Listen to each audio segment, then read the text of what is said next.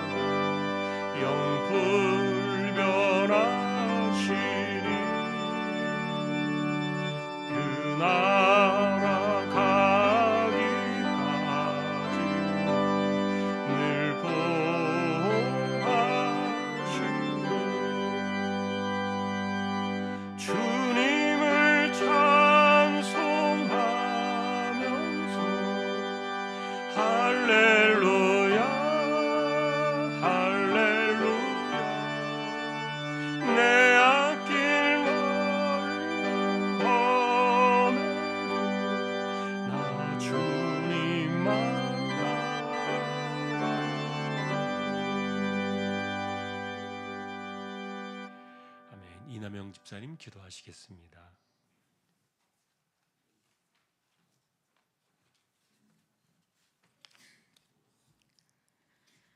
죄의 삭수로 죽을 수밖에 없던 우리를 사랑하사 대속하여 자녀 삼아 주시고 오늘도 아버지 앞에 예배하는 자로 서게 하시니 감사합니다.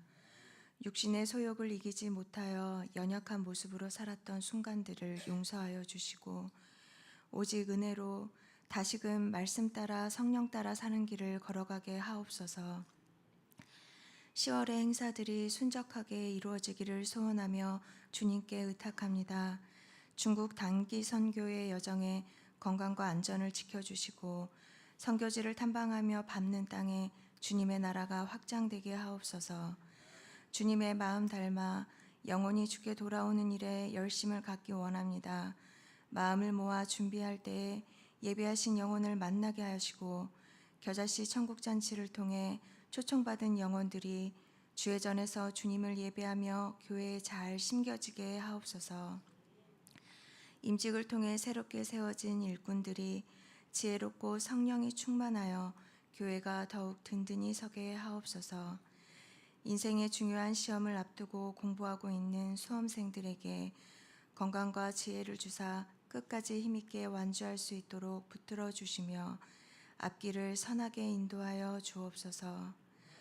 육신의 연약함과 질병, 공고한 삶으로 어려움에 처한 주왕의 지체들을 돌보아 주셔서 견디고 이겨낼 힘을 주시고 회복의 은혜를 누리게 하옵소서. 오늘도 말씀을 전하시는 목사님을 붙드사 성령으로 충만케 하옵시며 듣는 저희들은 말씀 앞에 자신을 주장하지 않고 바른 삶의 태도를 결심하는 귀한 시간이 되게 하옵소서. 모든 것에 감사드리며 거룩하신 예수님의 이름으로 기도합니다. 아멘.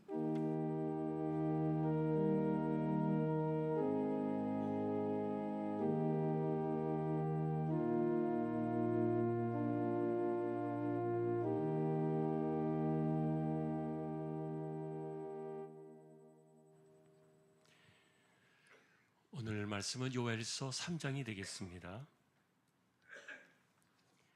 요엘서 3장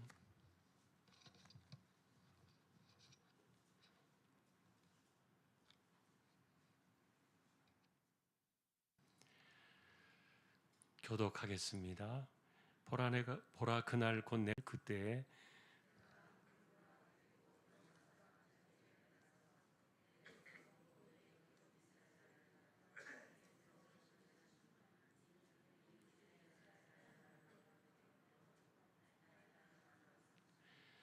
또 제비 뽑아 내 백성을 끌어가서 소년을 기생과 바꾸며 소녀를 술과 바꾸어 마셨음이니라.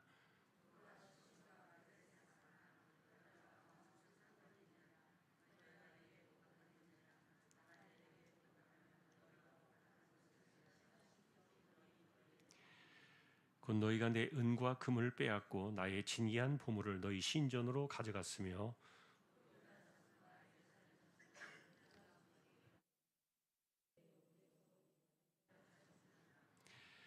보라 내가 그들을 너희가 팔아 이르게 한 곳에서 일으켜 나오게 하고 너희가 행한 것을 너희 머리에 돌려서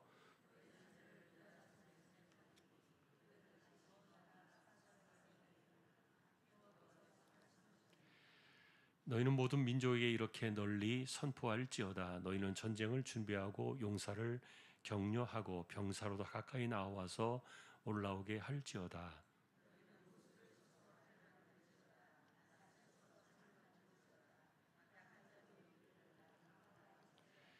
사면의 민족들아 너희는 속히 와서 모일지어다. 여호와여 주의 용사들로 그리로 내려오게 하옵소서.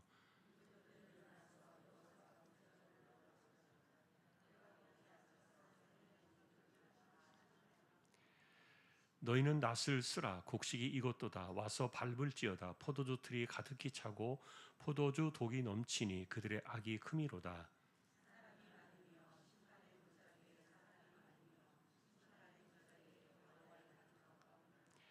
해와 달이 캄캄하며 별들이 그 빛을 거두도다.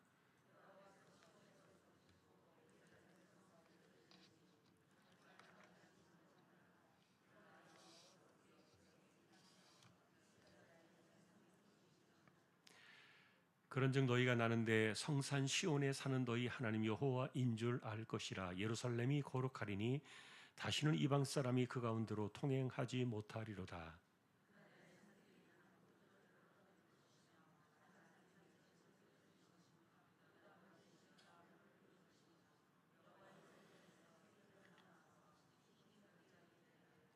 그러나 애굽은 황무지가 되겠고 에돔은 황무한 들이 되리니 이는 그들이 유다 자손에게 포악을 행하여 무지한 피를 그 땅에서 흘렸음이니라.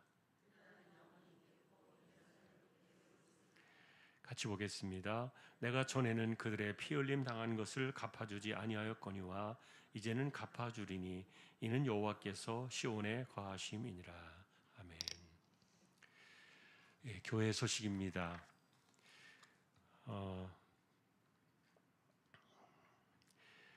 먼저 이번 주 주보에 그 구역 교재 나와 있는 것이 지난 주께 그대로 인쇄가 돼서 나갔어요. 그래서 급하게 준비를 하겠는데 예배가 끝나고 구역 교재 새로 프린트한 거 준비가 될 겁니다. 그걸로 확인해서 대체해 주시면 좋겠습니다. 이번 주에는 구역 교재가 계시록 3장의 4대 교회에 보낸 편지가 되겠죠.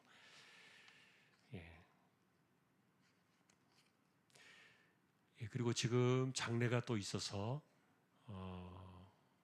교회에서 2시에 오늘 출발해서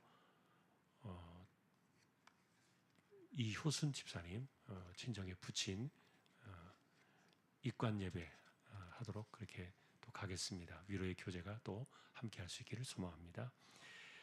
다른 내용들은 주보를 보아주시면 되겠습니다. 49구역 구역 찬양 드리겠습니다.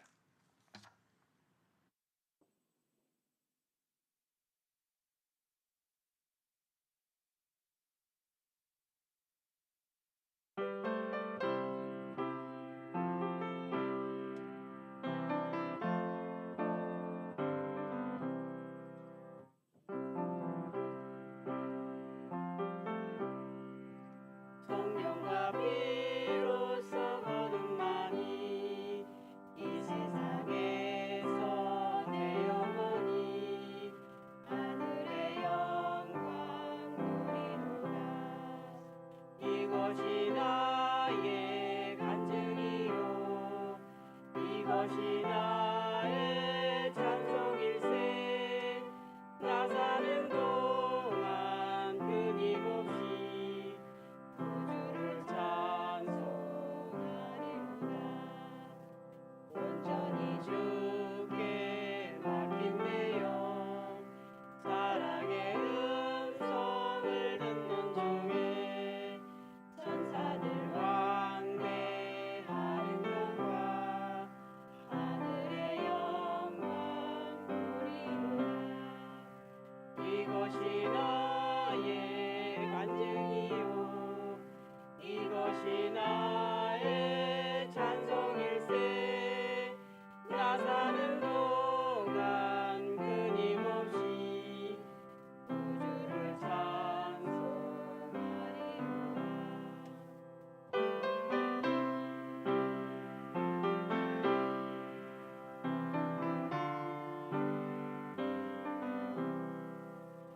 주 안에 기쁜 누림으로 마음의 풍랑이 잔잔하니 세상과 나는 간 곳 없소. 구속한 주만 보이도다. 이것이 나의 간증이요 이것이 나의 찬송일세. 나 사는 동안 끊임없이 구주를 찬송하리로다. 아멘. 아멘. 49구역을 하나님께서 기억해 주시고 붙들어 주시고 구역의 가정들 하나님께서 믿음으로 더욱 든든히 세워주시기를 소망합니다. 또 말씀 앞에 서려고 합니다. 부족한 종과 저희 모두에게 말씀으로 이 시간 충만하게 임재하여 주옵소서. 존귀하신 예수님의 이름으로 기도합니다. 아멘.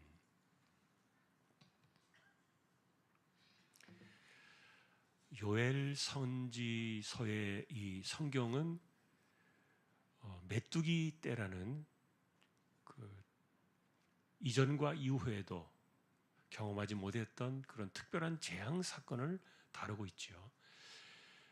그리고 이 3장짜리 이 짧은 성경이 우리에게 유명한 성경으로 남게 된 것은 오순절 성령 강림이 임하는 그 사건을 예고해 준 바로 그 성경이기 때문에 그래서 요엘서는 유명한 성경이 되었다. 이렇게 말씀을 드렸는데 그런데 우리가 이제 이 요엘서를 보면서 몇 가지 이렇게 중요한 부분들을 정리해 볼 수 있었는데 뭐 핵심은 재앙과 여호와의 날 이제 이런 것인데요.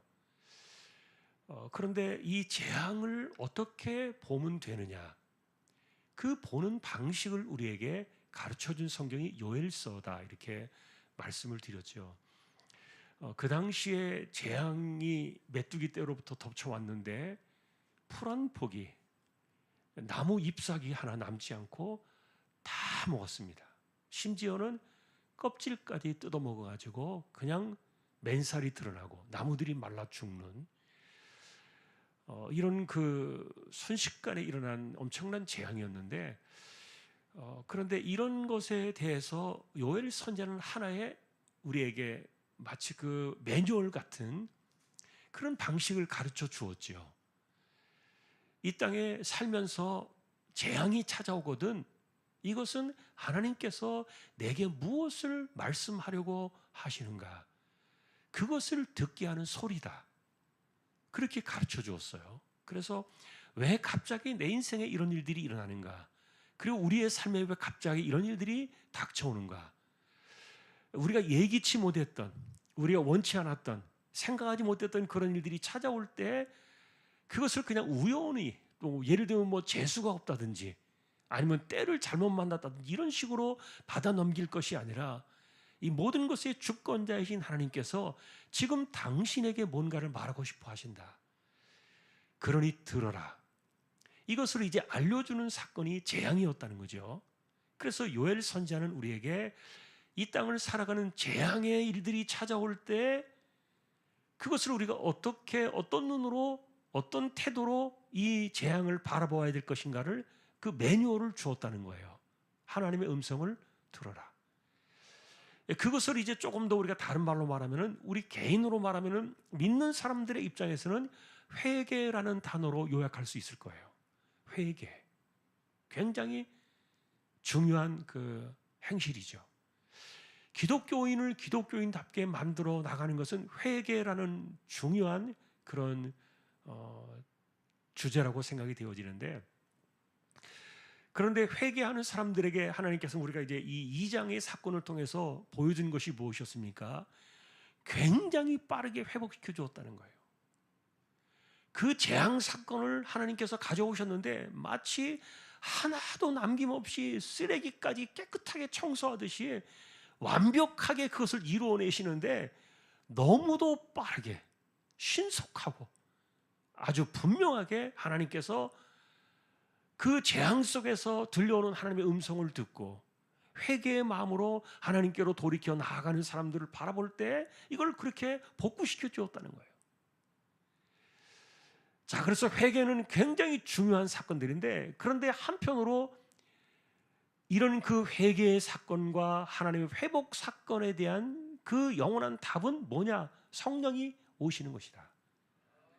성령이 오실 때 환상을 보고 예언을 하고 꿈을 꿀 것이다. 자, 이런 그 성령이 오시는 그날의 사건들 이것을 베드로 사도가 오순절 성령 강림이 있던 그날에 예루살렘 그 성전 뜰에서 수많은 모여든 사람들에게 설교할 때 이 메시지를 가져왔던 거예요. 요엘 선지자의 이 예언을 가지고 와서 이것이 바로 오늘 우리에게 임했다. 그랬는데 이 성령이 임하시는 이 사건은 우리에게 두 개의 중요한 갈래를 나누어 줬어요. 다시 말하면은 이제 여호와의 날이라는 이 세상 종말에 대한 심판이 있을 것인데 그런데 그 여호와의 날에 대한 심판을 피해가는 다시 말하면 누군가에게는 그날이 심판의 날이 되고 누군가에게는 구원의 날이 되는 이것을 갈라주는 중요한 분기점이 성령의 임하심 사건인데 성령을 받는 성령이 오셔야만 되는 사건인데 그런데 이 성령이라는 이 성령이 오셔서 이렇게 구원받은 백성으로 그들을 분류하시고 나누시는 그 중요한 근거들이 뭐냐? 회개였다. 그래서 성령을 받고 하나님의 백성들 그 심판의 그날에 그것이 구원 사건으로 구원의 날로 이렇게 바꾸어지는 그들에게는 이게 회개라는 것이었고, 그 다음에 여호와의 날에 심판의 자리로 나가는 사람들에게는 공통된 특징 하나, 회개가 없었다. 회개가 없다 이거예요. 자, 오늘 그래서 이 요엘서 3장은 심판을 통해서 여호와의 날을 이렇게 예고해 주는데, 자, 오늘도 우리가 좀 정리된 그 PPT를 한번 좀 몇 개를 좀 보겠습니다. 자, 이것은 이제 조금 제가 설명드린 그 배경에 대한 부분, 그것을 보여준 거예요. 그래서 메뚜기의 재앙은 전조였다. 여러분, 전조라는 말 우리가 굉장히 중요하게 여겨야 돼요. 어떤 사람이 갑자기 뇌경색이 하루아침에 터지지 않아요. 전조가 있어요. 어떤 사람이 갑자기 하루아침에 심장이 멈추어서 세상을 떠나는 이런 일들이 순식간에 일어나지만, 그러나 그 사람들에게도 반드시 전조가 있어요. 그래서 하나님께서는 인간의 그 생명을 거둬가시는 그런 일들이나 아니면 큰 일을 만나거나 어떤 뭔가를 만날 때도 하나님께서는 항상 전조를 보이십니다. 그리고 말씀도 한 번에 딱 하고 나서 끝내시는 것이 아니라 계속 반복해서 같은 이야기를 하십니다.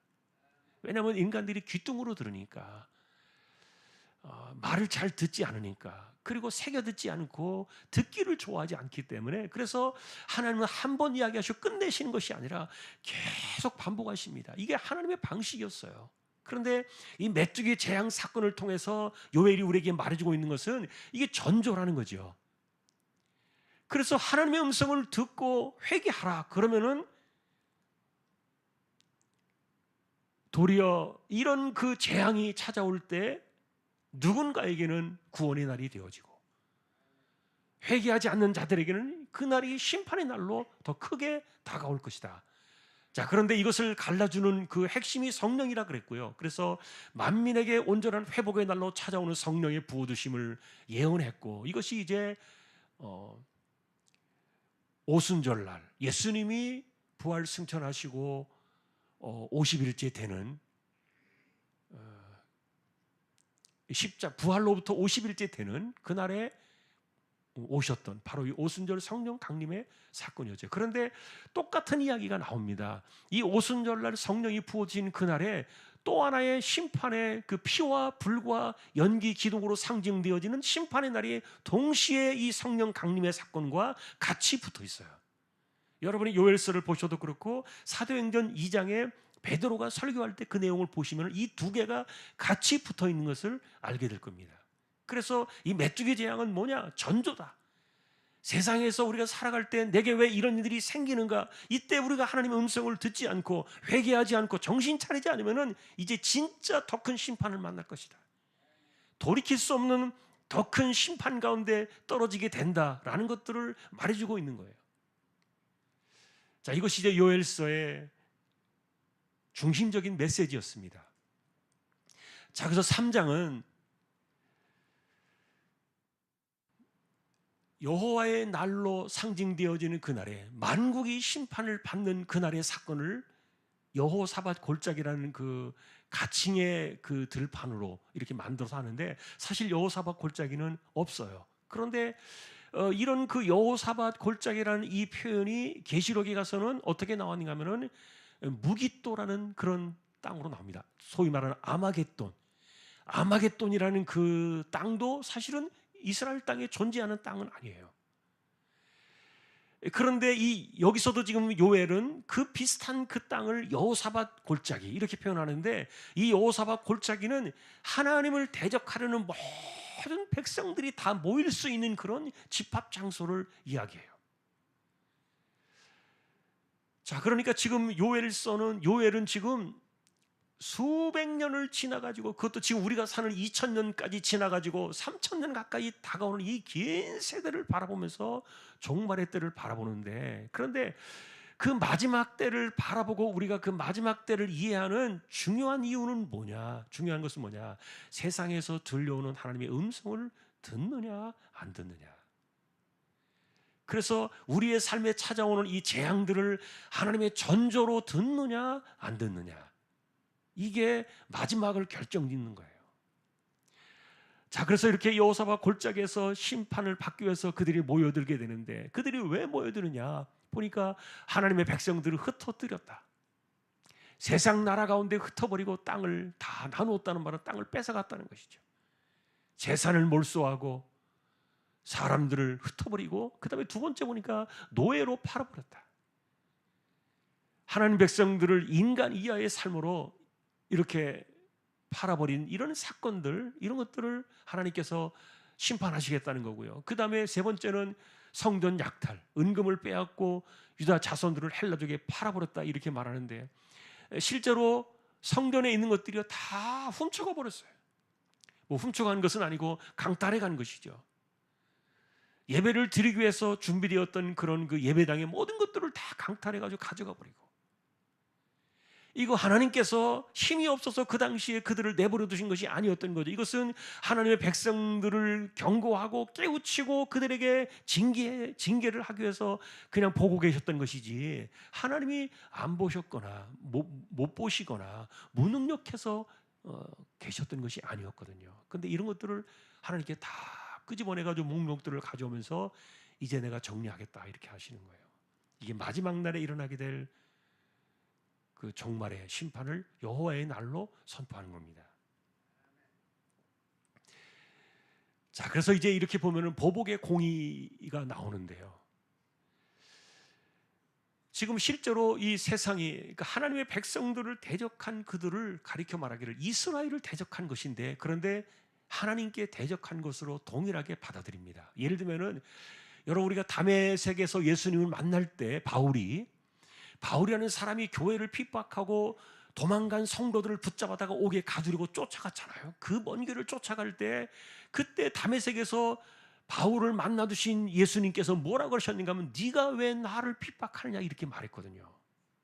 그러니까 바울이 놀라가지고 주여 누구시니까? 당신 누구십니까? 내가 어떻게 교회를, 당신을 내가 핍박했다고 말합니까? 그런데 그 바울에게 분명히 이야기하셨습니다.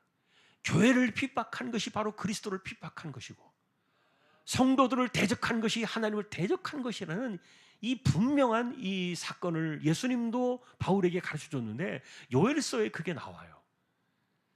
자, 그들이 왜 보복을 당해야 되느냐, 하나님께서 그들을 왜 보복하시느냐, 이것은 이스라엘을 대적한 것은 나를 대적한 것이다. 자, 이것이 보복에 대한 공의 사건으로 하나님께서 선포를 하셨고요.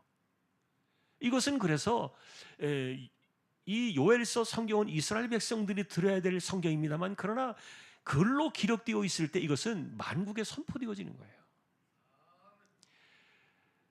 나중에 말입니다, 하나님께서 열방을 심판하실 때 우리를 무슨 근거로 심판합니까? 라고 말할 때, 예를 들면 여러분, 우리가 지금도 그러잖아요. 법조항이 없으면 처벌하지 못해요.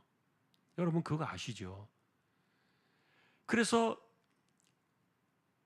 법을 모르는 순진한 사람들은 고스란히 당하지만, 법을 잘 알고 있는 법꾸라지들은 못된 짓을 저질러서도 법 없는 데를 잘 피해 다니면서 이렇게 처벌을 피해 살잖아요. 이게 지금 세상의 원리인데, 근데 허점들이 많은 거죠. 자, 법조항이 없으면 심판할 수 없어요. 그래서 하나님이 율법을 주신 이유도 그거예요. 법조항이 있을 때 그 근거에 따라서 판단이 되니까. 그래서 요엘서 같은 이런 성경은요, 나중에 하나님이 우리를 대적하시는 이유가 뭡니까? 이렇게 말할 때, 봐라, 여기 내가 이렇게 요엘을 통해서 말하지 않았느냐. 이런 것들이 다 근거가 되는 거예요. 자, 그래서 유다 자손들이 돌아오는 그날에는 그들이 대가를 치를 거라는 거예요. 하나님께서 보복을 단행하시고 공의를 실행하실 때 하나님 백성들, 유다 자손들, 여기서는 유다 자손들이죠. 이들이 돌아올 때 이제 그들은 대가를 치르는 날이 될 것이다. 자, 그래서 밑에 보시면 하나님은 언약의 주가 되셔서 공의를 보장하시며 심판을 진행하신다. 여기 언약의 주라는 말은 뭡니까? 성경에 기록되어 있다는 말이에요. 성경에 기록된 것은 마지막 날 그날에요. 믿는 사람이든 안 믿는 사람들은 모든 사람들을 판단하는 근거의 법조문이 될 겁니다. 이게 성경이에요. 지나간 그런 문자가 아닌 거예요. 자, 종말을 바라보게 할 때 요엘서는 이런 의도로 이것이 기록되어졌다. 자, 우리가 성경에 대한 이해를 한 번 더 보시면 됩니다. 그 다음에 보시면 이제 이 여호사밧 골짜기는 가상적인 들판이라고 말씀을 드렸는데, 그런데 그날에 이 전쟁터로 모이라. 근데 이것은 하나님을 대적하는 그 세력들에게 마치 마지막 전쟁을 독려하는 것처럼 보여져요. 그런데 하나님께서 이들을 이렇게 막 부추겨 가지고 전쟁터로 나오게 하는 것처럼 보여지는데, 그러나 이들이 결국은 자기들의 그 전쟁 무기를 들고 하나님을 대적해 싸우다가 죽는 거예요. 정당한 법 집행, 그리고 공의의 전쟁터 속에서 전쟁에 패하여 그들이 멸망으로 떨어져 나가는, 자, 이런 모습들을 보여주는데, 그래서 전쟁 준비하라. 그리고 평화의 도구를 이제 전쟁의 도구로 삼으라. 보습과 낫을 칼과 창으로 바꾸어라. 그리고 여호사밧 골짜기에 다 이렇게 무장해서 모여라.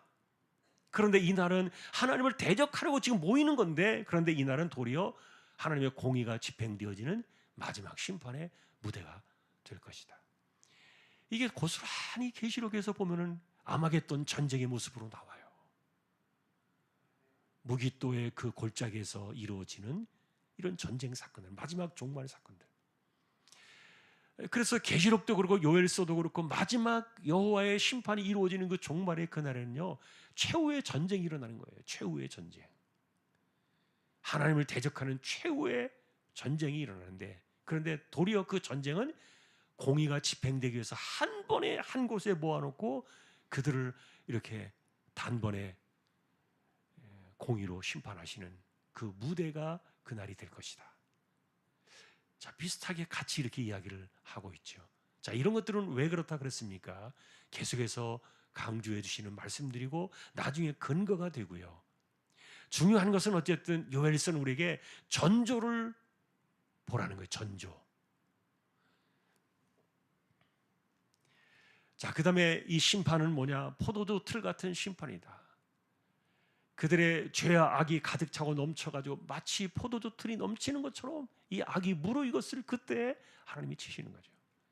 여러분, 이것은 가나안 땅도 마찬가지였죠. 아브라함이 약속하신 이후로 400년 이상이 훨씬 지나서 가나안 땅에 들어간 이유는 그들의 악이 하늘을 찌를 때 하나님께서 이렇게 가나안 땅을 자손들에게 주셨던 거예요.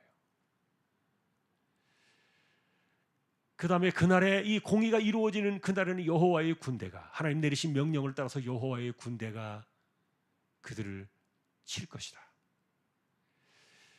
그리고 아까도 말했던 것처럼 여호사밧 그 골짜기에 모여든 그 칼과 창을 들고 모여든 수많은 대적의 세력들은 그래봐야 인간의 무기력한 저항이 아니냐.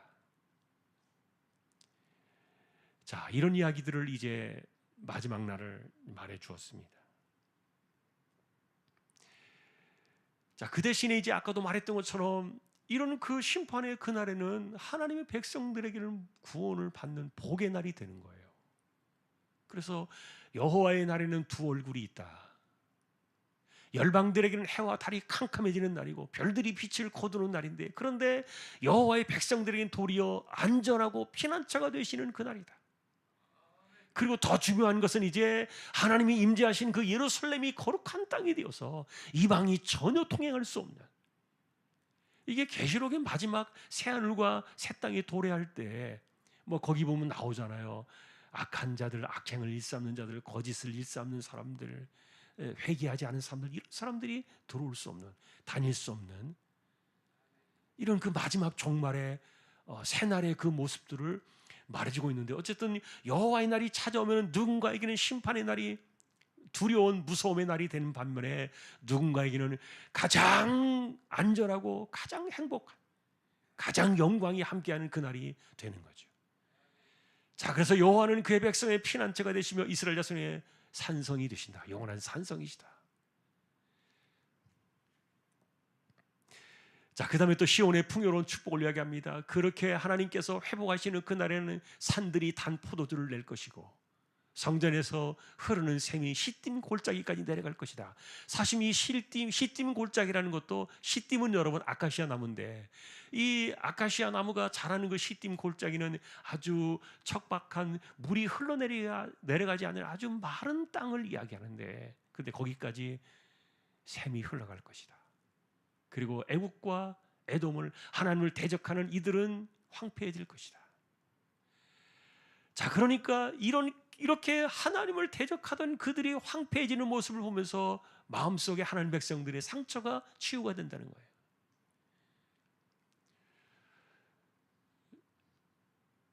자, 이것이 여러분 그날에 이루어지게 될, 어쩌면 영원한 하나님의 나라. 여러분, 제가 이런 그 표현을 한번 질문을 드려보면 어떨까요? 우리가 나중에 완성되어서 가게 될 하나님의 나라, 지금도 우리가 세상을 먼저 떠나서 가시는 분들이 있는데, 그 하나님의 나라에 가면은 이렇게 아름다운 포도나무, 그 다음에 생명수, 그 다음에 뭐 풍성한 과실들, 이런 것들이 있을까요, 없을까요? 한번 생각해 보세요. 어떤 사람들은요, 천국 가면요, 우리 영혼만 달랑 간다고 생각해요. 그러니까 사람들이 가서 그래요. 아, 나 천국 가면 축구도 하고 싶은데, 또 여행도 하고 싶은데, 뭐 그런 거 다 이렇게, 물론 세상적인 것까지 비교할 수는 없지만, 이 땅에서 우리가 존재하는 하나님께서 만들어 주신 그런 사건들은요, 그런 것들은 하나님의 나라의 고스란히 다 들어와요. 제가 그래서 여러분들에게 한번 물었잖아요. 천국 가면 개가 있나 없나? 왜냐하면 개를 좋아하니까, 사람들이 많이 좋아하니까. 천국 가도 개 있다니까요. 아, 천국 같은 거룩한 곳에 무슨 개 따위가 들어와? 사람만 가지. 아니에요. 성경에 그대로 나와 있는 내용이에요. 지금 그래서 여기서 상징적으로 보여주는 이 풍성한 포도주, 성전에서 흘러내리는 이 생명수의 이 물들, 우리는 천국 가면요, 먹지도 않고 마시지도 않고 사는 그런 존재인 것처럼 이렇게 생각할지 모르겠는데, 그런데 또 그거는 아니에요. 왜냐하면 부활하신 예수님도요, 요한복음 21장에 보면 나오잖아요. 베드로 찾아오셨을 때 시몬의 아들, 요한의 아들 시몬아, 네가 나를 사랑하느냐 이렇게 물으실 때 그 질문하기 전에 배 오른편에다가 그물을 던져라. 그래서 몇 마리가 잡혔습니까? 153마리 잡혔잖아요. 그 유명한 그 성경 그 구절, 숫자까지 나오잖아요. 153마리가 잡혔는데, 근데 잡은 그 생선을 가지고 밖에 나와서 예수님이 구운 생선 드셨나요, 안 드셨나요? 여러분 요한복음 21장에 보시면은 예수님이 구운 생선을 드셨어요. 부활하신 이후에 드신 거예요. 부활하기 이전에 그렇게 하신 게 아니에요. 아, 예수님 부활의 몸은 영이라 그랬는데, 근데 육신이 있다니까요. 우리 몸은 아니지만, 신령한 몸이지만 몸이 있잖아요. 구운 생선을 드셨어요. 그리고 거기에 놓이는 떡을 드셨어요. 먹어요. 우리도 천국 가면. 안 먹고 사는 세상이 아니에요. 지금은 우리가 살기 위해서 먹지만, 그러나 그곳에 가서는 우리에게 즐거움을 주는 음식이에요. 우리를 행복하게 하고 병들게 하는 음식이 아니라 우리를 좀 더 소생하게 하는 그런 음식이죠. 자, 그런 것들이 뭔지는 잘 모르겠습니다. 정확하게는 모르겠는데, 그러나 어쨌든 요엘서 역시 하나님의 나라가 도래할 때 풍요로운 축복의 세상이 열려질 것이다. 그래서 어떤 사람들은 이것이 이 땅에서 하나님의 백성들에게도 주실 땅의 복이다 이렇게 말하는 사람들도 있었어요.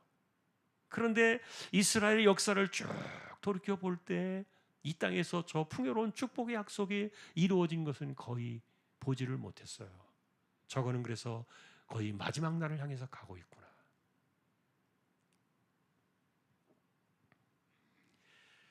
자, 그래서 우리가 이제 요엘서의 두 교훈을 봅시다. 이제 마지막 페이지인데요.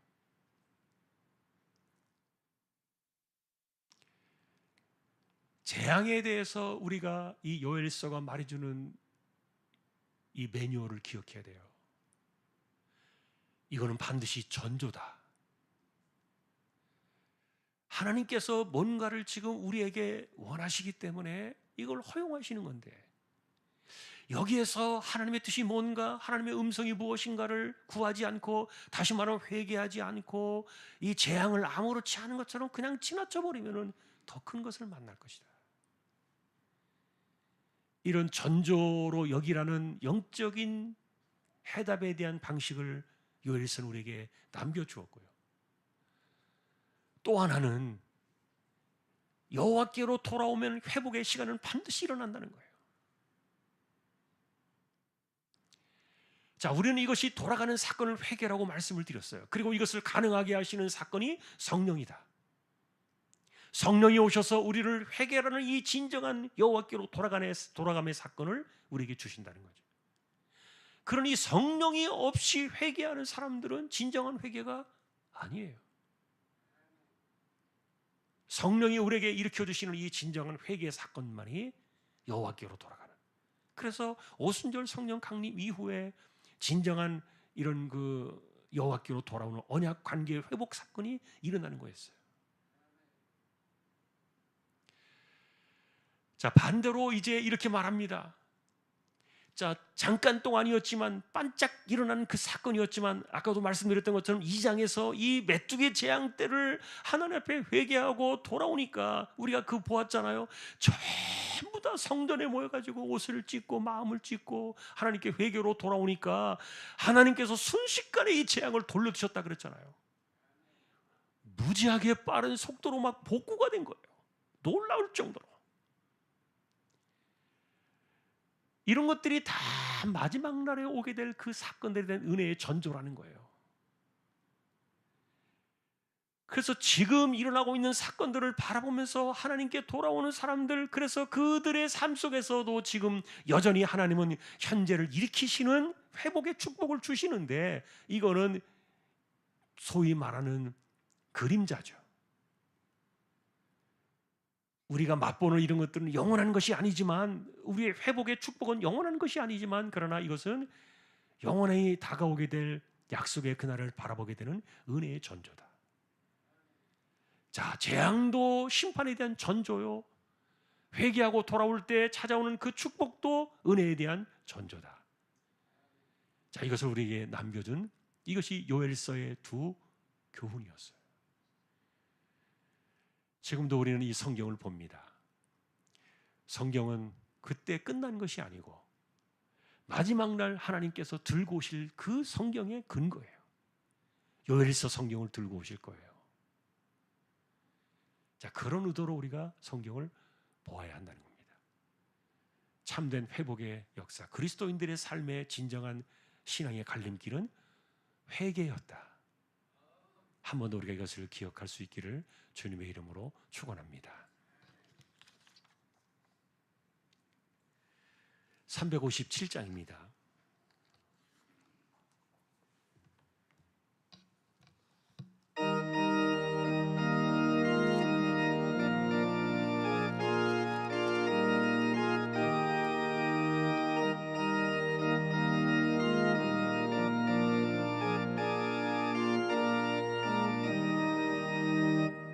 주 있는 사람이여 다 힘을 합하여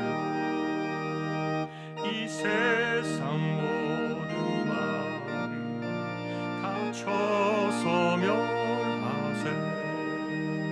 저 앞에 오는 적군 다 싸워 이겨라. 주 예수 힘으로 온 세상이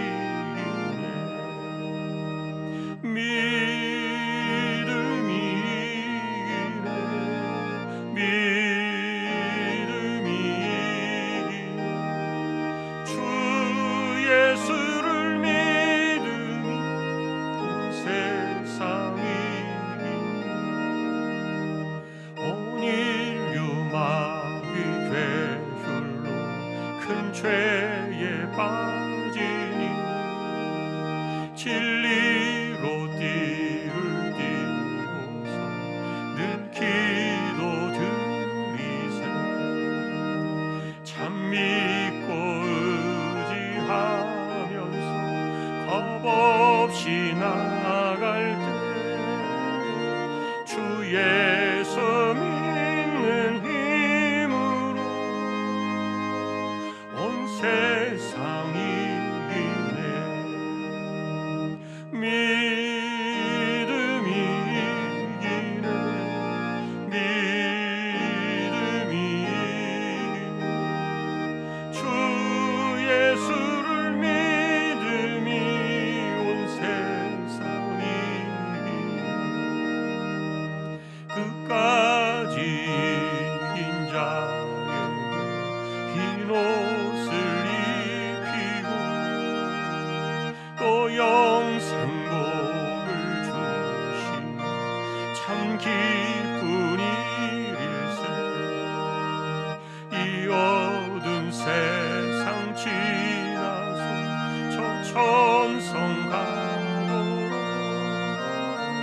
주 예수 믿는 힘으로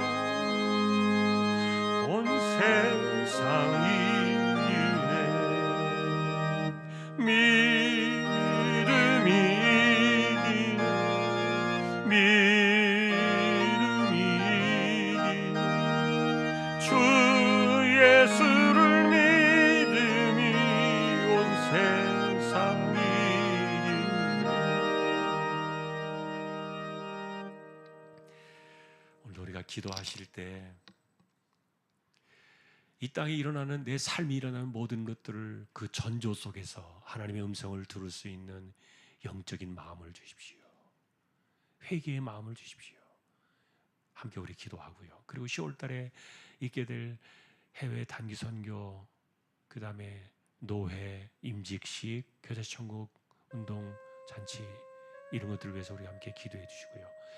고3 친구들, 우리 청년들, 그리고 연세 많으신 분들, 가난한 사람들, 병약한 사람들, 특별히 암으로 투병하는 분들, 우리 함께 기억하시며 주여 한번 외치고 기도로 나아가겠습니다. 주여. 하나님 아버지, 요엘서의 말씀을 듣습니다. 지나가 버린 이 구절이 아니라 마지막 날에 하나님은 이 말씀을 다시 들고 오실 것인데 내가 이렇게 말하지 않았느냐. 하나님께서 들고 오시리 하나님 말씀의 방식들을 깨달아 알고, 특별히 요엘서의 외침을 우리가 기억하며 이 땅을 살아갈 때 우리의 삶 속에 있는 수많은 전조들을 깨달을 수 있도록 영적인 눈을 열어두시고, 영적인 귀를 열어두시고, 영적인 마음을 열어두시고, 하나님 앞에 우리가 다시는 그와 같은 전조들의 그 아픔들을 만나지 않기 위하여 회개의 마음을 주시고, 우리 안에 주신 성령의 그 부어주심과 은혜로 인하여 우리가 하나님의 뜻을 바르게 깨닫고 여호와께로 돌아가는 회복의 역사들을 꿈을 꾸며 그것이 우리에게 믿음이 되어지게 하시고, 영원히 다가오게 될 영원한 하나님의 회복의 약속들을 바라보며 이 땅에서 우리에게 이와 같은 것들을 깨달을 수 있는 믿음의 눈과 영의 눈을 허락하여 주옵소서. 하나님 아버지, 10월달에 해외 단기 선교가 있고 정기 노회가 우리 교회에서 있고 임직식과 또 개다시 청운동을 10월달에 진행해 나갑니다. 이 모든 일 가운데 하나님께서 간섭하여 주시고, 주여 우리 중앙의 공동체를 지켜주시고 기억하여 주시며 하나님의 은혜 가운데 주신 사명들을 잘 이루어나가기에 부족함이 없게 하여 주옵소서. 우리 자녀들, 고3 친구들에게, 수험생들에게 학업의 지혜를 주시고 청년들에게 인생의 길을 열어 주시오며, 하나님 아버지, 연세가 많으신 분들에게 기력을 붙드시고 연약하고 노쇠해져가는 그 육신을 하나님께서 붙들어 두시기를 소망합니다. 특별히 가난한 사람들, 생업에 어려움을 겪고 있는 이들, 주여 그들을 긍휼히 여겨주시고 하나님께서 그들에게 하나님의 음성을 들려주시고 또한 복된 길로 일어나 나갈 수 있도록 길을 열어주시고 인도하여 주시기를 소망합니다. 특별히 우리 가운데 암으로 투병하며 힘겨운 싸움을 싸워 나가야 되는 이들을 하나님께서 기억하시고 그들을 붙들어 두시며 하나님의 은혜 가운데 다시 한번 그들을 지켜주시기를 소망합니다. 주여, 우리 모든 주왕의 식구들을 붙들어 주십시오.